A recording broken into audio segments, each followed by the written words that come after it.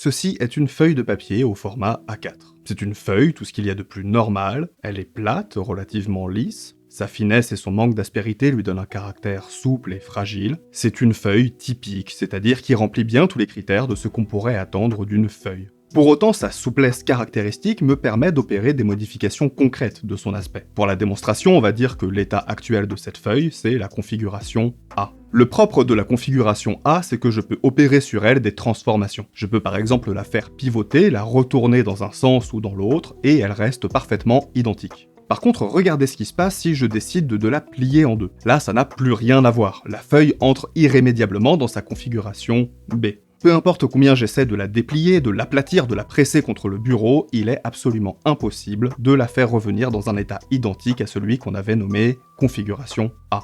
L'opération, cette fois-ci, peut être effectuée dans un sens, mais pas dans l'autre. Donc la configuration B est une négation de la configuration A. Puisque vous avez vu la transformation que j'ai opérée dessus, vous pouvez savoir que la configuration A est bien là, quelque part, dans le passé de la configuration B. Mais on ne la retrouvera plus jamais, ni dans son présent, ni dans son futur. Cette feuille a donc été modifiée de sorte à ce qu'on ne puisse plus la faire revenir à son état original. Ce qui n'est pas du tout le cas de cette autre feuille de papier qui, elle, a toujours été pliée. Je l'ai commandée exprès à un artisan papetier qui l'a faite sécher dès le début de sa fabrication dans cette position pliée, de sorte qu'elle soit dans cet état sans jamais avoir été modifiée. Ah, vous me croyez pas ? Bah écoutez, je sais pas trop quoi faire pour vous là. Si je vous dis que j'ai vraiment fait ça et que je vous promets que cette feuille a été fabriquée déjà pliée, qu'est-ce que vous voulez y faire? Vous voulez me prouver que c'est pas le cas? Et bah malheureusement pour vous, juste avec ces deux feuilles-là, ça va être compliqué. Leur structure est tellement similaire que même une observation ultra poussée au microscope ne vous permettrait pas de dire avec certitude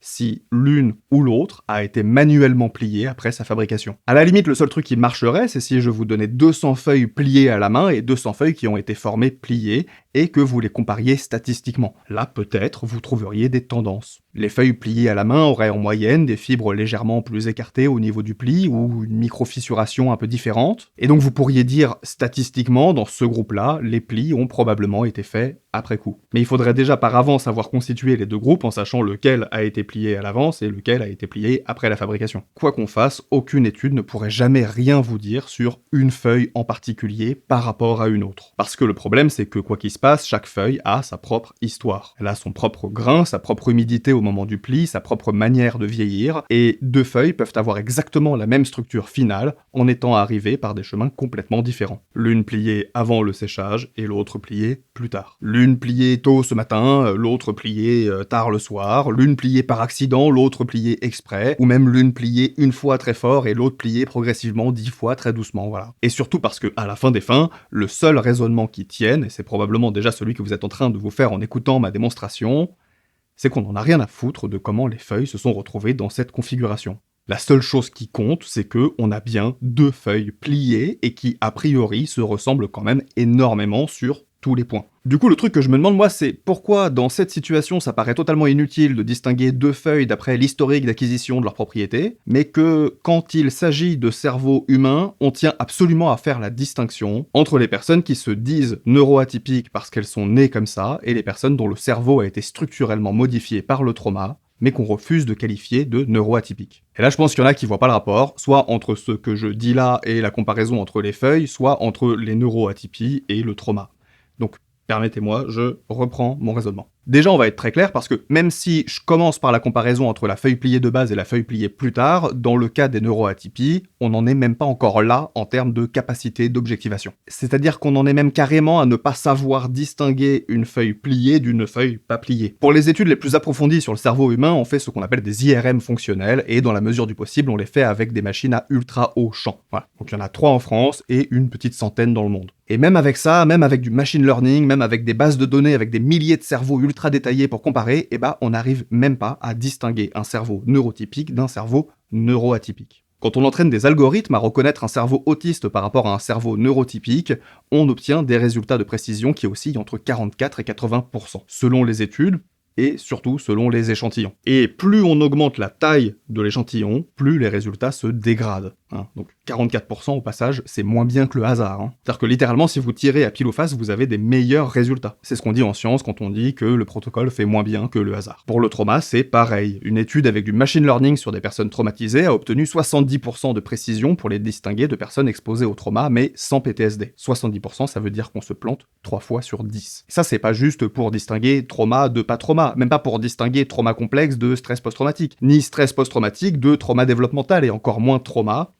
d'autisme. Et justement, quand on regarde le cerveau des personnes traumatisées, autistes ou qui ont un trouble de l'attention, on commence à comprendre quelques trucs. L'amygdale, cette petite structure au centre de notre système de vigilance et qui traite la peur et déclenche les réponses de stress. Elle est atypique dans le trauma et elle est atypique aussi dans l'autisme. Le cortex préfrontal, la partie du cerveau qui gère la planification, le contrôle des impulsions et qui est censé calmer l'amygdale en analysant les signaux qu'elle reçoit, et le cortex préfrontal, il est atypique dans le trauma de la même façon qu'il est atypique dans l'autisme et dans le TDAH. Le cortex singulaire qui fait le lien entre émotion et cognition, qui nous permet d'ajuster notre comportement et de réguler nos réactions, il se présente de façon atypique dans le trauma, tout comme dans l'autisme et le TDAH. Le corps calleux, ce gros bazar de câbles nerveux qui connecte les deux hémisphères du cerveau, atypique dans le trauma, atypique aussi dans l'autisme et dans le TDAH. Le cervelet, qu'on a longtemps pensé réservé à la coordination motrice, mais qui joue en réalité également un rôle dans l'attention et la régulation émotionnelle, vous allez pas me croire, mais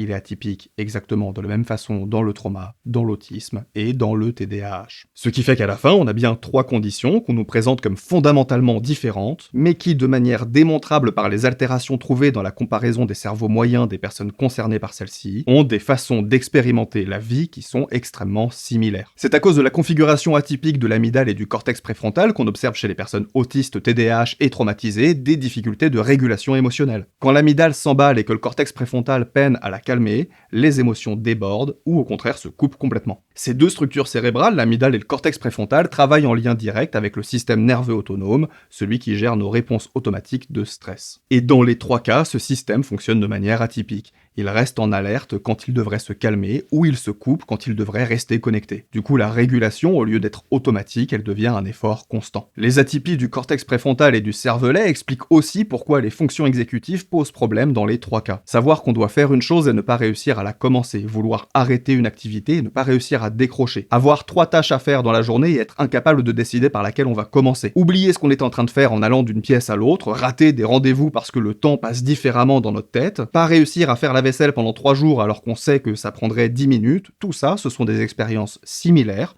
dans le TDAH, dans l'autisme et dans le trauma. Parce que quand le cerveau est mobilisé en permanence pour surveiller l'environnement et évaluer les menaces, il lui reste moins de ressources pour planifier, organiser et prioriser. Le cortex préfrontal ne peut pas tout faire en même temps. Et que cette vigilance vienne d'un trauma précoce ou de 20 ans passés à devoir décrypter les codes sociaux qu'on comprend pas intuitivement, ou même les deux à la fois, et le résultat, il est le même. Et puis bien évidemment, une amygdale qui est en mode alerte en permanence, c'est aussi un système nerveux qui traite les stimuli sensoriels comme des menaces potentielles. D'où l'hypersensibilité au bruit, aux lumières et aux textures qu'on retrouve autant chez les personnes autistes que chez les personnes traumatisées. Ce qui fait que puisque le cerveau doit constamment évaluer si ce qui arrive est dangereux ou pas, on se retrouve à vivre dans une réalité dans laquelle tout ce qui est imprévu coûte extrêmement cher. Le besoin de prévisibilité, ou à l'inverse ce qu'on appelle l'intolérance à l'imprévisibilité, les routines, les rituels, tout ça c'est pas de la rigidité mentale, c'est de l'économie d'énergie, c'est rationnel. C'est rationnel parce qu'au bout du compte, maintenir un fonctionnement socialement acceptable avec un cerveau qui traite l'information différemment, ça demande une énergie que les autres ne soupçonnent même pas. Et donc ça nous isole, et donc ça nous culpabilise, et donc c'est une souffrance qui a sa part de biologique, oui, évidemment, je pense que je vous l'ai suffisamment prouvé, mais qui a aussi une grande part de politique au sens propre, c'est-à-dire au sens d'organisation de la vie des personnes qui partagent un même espace. Je m'attendais pas à ce que ça se fasse dans ces conditions, mais il se trouve que je fais cette vidéo un peu énervé, c'est parce qu'en fait j'aimerais que vous compreniez qu'à la fin,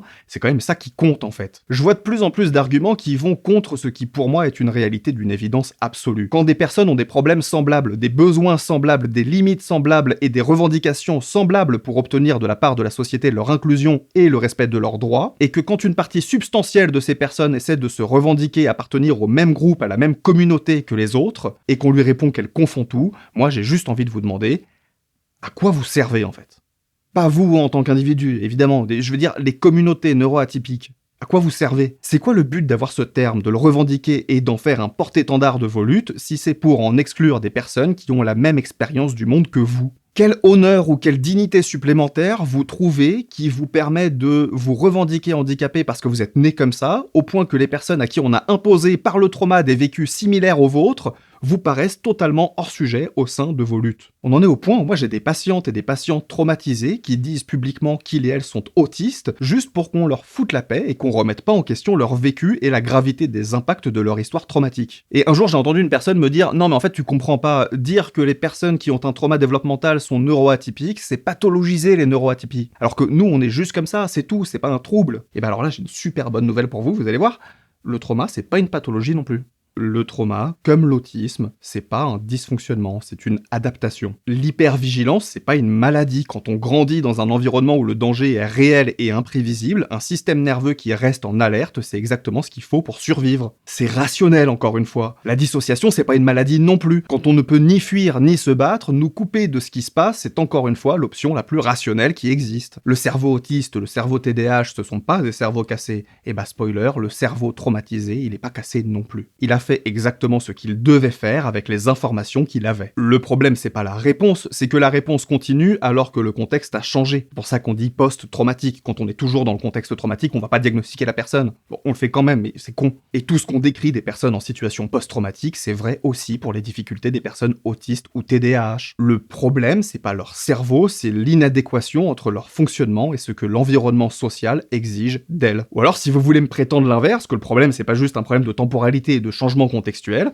alors très bien, mais alors expliquez-moi pourquoi vous masquez encore si c'est pas rationnel. Parce que si c'est aussi simple que ça, vous avez qu'à arrêter de masquer. Si on a collectivement accepté que l'autisme n'était pas une pathologie mais une variation neurologique qui devenait handicapant dans certains contextes sociaux, alors le trauma développemental, désolé, mais c'est exactement la même chose. Une variation neurologique qui devient handicapante dans certains contextes sociaux. Alors vous avez sans doute l'impression que je fais un flanc de 3 fois rien. Mais moi, et c'est peut-être là que je vais vous choquer, de base, l'autisme et le TDAH, je trouve que c'est franchement des catégories de merde. L'argument classique pour exclure le trauma des neuroatypies, c'est de dire « oui, mais il y a des symptômes qui sont quand même vachement spécifiques au trauma ». Et c'est vrai. Oui, c'est vrai, il y a des symptômes qui sont spécifiques au trauma, évidemment. Mais en même temps, si on prend les critères qu'on veut et qu'on décide de faire notre petite tambouille avec ça et qu'on décide que ce truc-là, ça rend 2 personnes totalement différentes, alors on peut aussi inventer 15 troubles du neurodéveloppement qui sont juste des catégories de l'autisme. On peut complètement s'amuser à prendre plein de petits critères excluants comme ça et dire qu'en fait, il n'y a pas un autisme, mais il y a 15 TND différents avec tous plein de spécificités, pas de souci. Selon les études récentes les plus citées, vous avez plus de chances d'être autiste et TDAH en même temps que d'être juste autiste. Alors, pardon, mais quand on parle de chiffres qui vont jusqu'à 70%, j'appelle plus ça de la comorbidité. J'appelle ça du « on n'a plus aucune idée de ce qu'on fout de nos catégories centenaires ». Et ces catégories, elles sont vitales, je dis pas, même moi, c'est important pour moi de dire que je suis autiste, parce que ça me permet de revendiquer un paquet de choses. Mais en vrai, ça fait aussi chier de devoir passer par cette catégorie-là. Parce qu'en réalité, l'autisme, le non-autisme, il nous vient d'une take psychanalytique totalement fumeuse, selon laquelle certaines personnes seraient repliées sur elles-mêmes et seraient du coup coupables d'auto-érotisme. Et à partir de ce mot auto-érotisme, qui était un peu la base à l'époque de Freud, on a un autre gars qui s'appelle Bleuler qui va juste retirer le érote pour se distinguer de Freud, et ça donne autisme. Mais l'idée, c'est la même. Et c'est aussi important pour moi de dire que j'ai un TDAH, que j'ai besoin de Ritaline, que j'ai des besoins spécifiques liés à ça, mais en même temps, je me demande aussi dans quel monde on a accepté pendant aussi longtemps de dire qu'on avait un trouble du déficit de l'attention. Quel déficit? Une personne TDAH qui est pas en burn-out, vous la laissez 15 heures sur une tâche, elle pensera même pas à boire ni à manger tellement elle sera attentive. De quel déficit on parle? Quand on a de base des mots qui ne décrivent absolument pas ce qu'on vit ni ce qu'on est, et qu'on se permet en plus de se servir de ces mots pour faire du gatekeeping, c'est-à-dire garder la porte pour choisir qui a le droit de rentrer ou non dans notre club cool de gens qui souffrent, on est quand même sacrément à côté de nos pompes, pardon. Alors moi je sais pas s'il faut changer les mots, c'est pas mon taf. Je sais que moi par exemple le mot TSA, je l'emploierai jamais. Je trouve que c'est de la merde ce mot-là. Trouble du spectre de l'autisme, ça veut rien dire, c'est juste nul. Alors pour plein de raisons c'est nul, mais... Nicolas Galita sur Instagram, il en parle très bien et je vous mets le lien en description. Je sais aussi que TDAH, à chaque fois le mot me gêne et que c'est d'ailleurs pour ça que je parle plutôt de troubles attentionnels, même si j'aime pas non plus dire ça, mais au moins comme ça inclut un peu toutes les personnes neuroatypiques, parce que les troubles de l'attention, en vrai, on les retrouve partout dans les neuroatypies, c'est normal en fait, c'est logique, juste biologiquement. Et pour la même raison d'ailleurs, ça me fait toujours bizarre de voir des gens dire « Ah mais t'as pas vu la vidéo de ZA sur le burn-out autistique ?» Parce que moi, dans cette vidéo, je dis pas burn-out autistique, je dis burn-out attentionnel. Et que même s'il a pu m'arriver de faire l'erreur de dire burn-out autistique, je refuse d'être une de ces personnes autistes pédantes et gatekeepeuses qui considèrent que le burn-out, ça lui appartient. J'ai 80% de ma patientèle qui est traumatisée et j'ai pas une seule de ces personnes qui n'a pas fait dans la dernière année un burn-out attentionnel. Alors oui, pour certains cas, pour les personnes traumatisées, on va plutôt parler d'état dorsovagal, de dissociation traumatique, etc. Mais si vous voulez vous amuser à faire cette comparaison, alors il faudra aller jusqu'au bout de la comparaison. Et dans ce cas, il faudra aussi aller me trouver des personnes autistes qui ne sont pas traumatisées et qui n'ont jamais connu de longue période d'état dorsovagal, de dissociation, d'alexithymie, d'anédonie, au point de se demander à un moment de leur vie, comme énormément de personnes, si elles ne sont pas psychopathes. Je dis pas que les catégories servent à rien. Elles servent pas à rien. Concrètement, aujourd'hui, telles qu'elles sont foutues, elles produisent beaucoup de choses positives. Pas que des choses positives, mais quand même beaucoup de choses positives. Et donc je dis pas non plus qu'il faudrait tout mélanger. Les mots autisme, TDAH et trauma, ils permettent à des gens de se reconnaître, de se rassembler, de lutter ensemble et d'accéder plus facilement aux outils dont ils ont besoin. Mais à un moment, faut décider de ce qu'on veut. Soit on veut des catégories pures, bien délimitées, scientifiquement fondées, et là, désolé, ça n'arrivera pas. Déjà parce qu'on en est très loin et qu'on galère à différencier les diagnostics qui sont sur des pages aussi éloignées du DSM-5 que la bipolarité et le TDAH, et puis parce que par définition ça n'arrivera pas. Et je sais qu'il y en a que je vais pas convaincre de sortir de leur fantasme colonial d'une psychologie universelle et atemporelle, mais le but d'arriver à une science neutre, objective et absolument objectivable, je crois que le champ a déjà quand même bien fait le tour des raisons de son impossibilité concrète. Donc à mon sens, soit on veut ça, et désolé mais on se trompe, hein, voilà, c'est aussi simple que ça, soit on veut des communautés qui accueillent les gens qui ont besoin d'y être accueillis, pour pouvoir penser le soin en cohérence et dans un esprit juste rationnel de pratiques tirées vers l'accompagnement, le soutien et la bienveillance. Mais dans ce cas-là, il faut arrêter de demander aux gens de prouver qu'ils ont le bon type de pli pour avoir le droit de se dire plié. Surtout quand, on va pas se mentir, on est absolument incapable de dire soi-même si on a le bon type de pli. Les termes neuroatypie et neurodivergence, ils n'ont pas été inventés pour décrire une réalité biologique. Ils ont été inventés pour créer une solidarité politique et sanitaire. Sont chargés en eux des grands principes qui prennent la forme de besoins spécifiques, de besoins qui sont aussi des droits